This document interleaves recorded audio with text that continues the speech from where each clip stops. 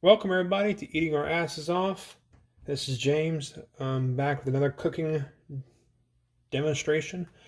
I'm going to cook something that is actually relatively easy. It's a cheese taco, and I've seen a lot of crazy recipes with a lot of ingredients, but really, if you're patient, you only need one ingredient, and it's actually just cheese. So in this case, I'm using sharp cheddar cheese. You can use other cheeses, but this one has a great flavor. It is a little greasy, so if you don't like a lot of grease, you can always change to a less greasy cheese. But it's pretty straightforward. You just take a handful of cheese, put it in the center, and you let it melt. I got my kind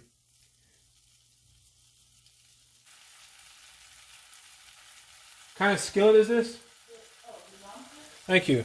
I got my non-stick skillet here, and I'm just on level 7, and I'm just adding cheese in the center. The more cheese you put in there, of course, the bigger your taco is going to be. I'm just going to go for about a moderately sized taco here, so I just kind of put it on the center. And then as it melts, just keep pushing it into a circular shape. It'll stick a little bit, and that's fine, to your spatula.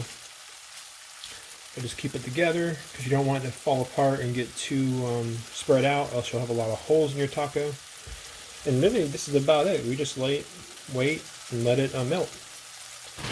You're going to want to let it cook for a little bit though, because you want that bottom side to develop a dry crust, so that way you actually have a strong taco. If you cook it too early, it's just going to fall apart as a big goop of cheese.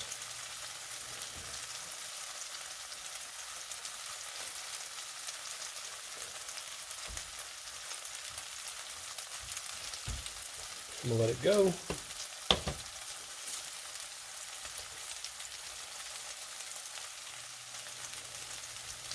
And of course, the longer you wait, the more together this becomes.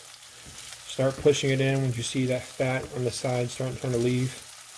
So we can keep all this together. See how that wants to start to form together? That's a good sign. Just keep it together. Keeping the fat pushed in.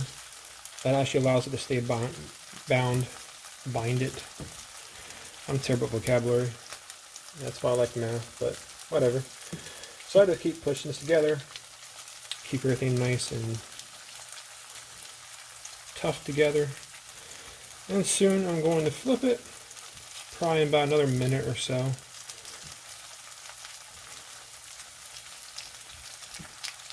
And again, the more cheese you put on there, the longer you gotta wait for it to properly cook, but it's pretty straightforward. You can start seeing it kind of build together now. And again, this is easy. If you want to, you can season your taco shell with any kind of like seasoning you like. I'm rather plain in this kind of sense. I don't do much. As I mentioned before, my wife loves her pepper, so she'll probably throw a bunch of pepper in the shell itself, but which doesn't give me a lot, but yeah, it's a different story. So anyways, it's been a while. I can see the whole thing sliding now, so it's almost ready to flip. Just want to wait a little bit longer, give it a little, whatever amount you think you need, you can just go a little bit longer because that center part is hard to gauge exactly when it's cooked through. And if you flip it too early, you're going to have the middle part remain behind when you go to toss it over. So we're looking, see that kind of like dark ring all around the side. We want it to be a little bit more towards the center so we know it's actually ready. And probably about another 20 seconds or so. And then this thing is actually going to flip over. We need to get both sides kind of crispy so that we have it. So here we go. Flip! And now, it's the fun part.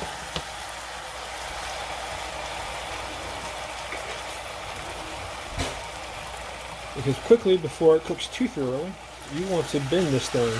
So grab your fork or knife and just fold. That's okay. That's just some of the extra cheese that wasn't quite done. That's fine. And now, by bending it, I have a taco. Leave your silverware inside there for a little bit so it can start forming up.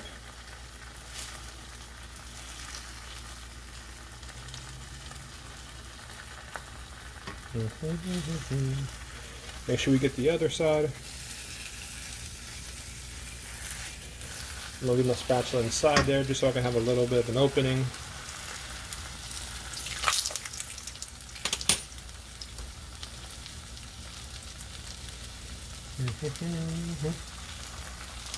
I'm just trying to cook it. Now by doing this extra little cooking that we're doing, we're going to pretty much lock the mold in place.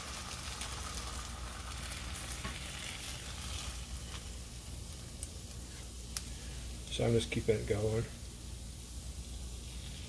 But essentially, that is it. We have a simple cheese taco. As it cools down, it will actually stiffen up nicely and become a taco. Alright, and there you go. I have my taco shell. It's simple. Put meat in there, of course, to make your own kind of taco that you like. And it's nice and crispy, thick, and it's good. It's kind of a little greasy, as I mentioned before. You're going to get a little bit of that grease texture, but that's just the fat. And of course, when we're in keto, we love fat. But if that bothers you, if you don't like the greasy texture, feel free to use a different kind of cheese, but the same process still applies, and you'll make a cheese taco. And see? Nice and crunchy, like any kind of taco. Have a wonderful day. I hope this was easy and informative.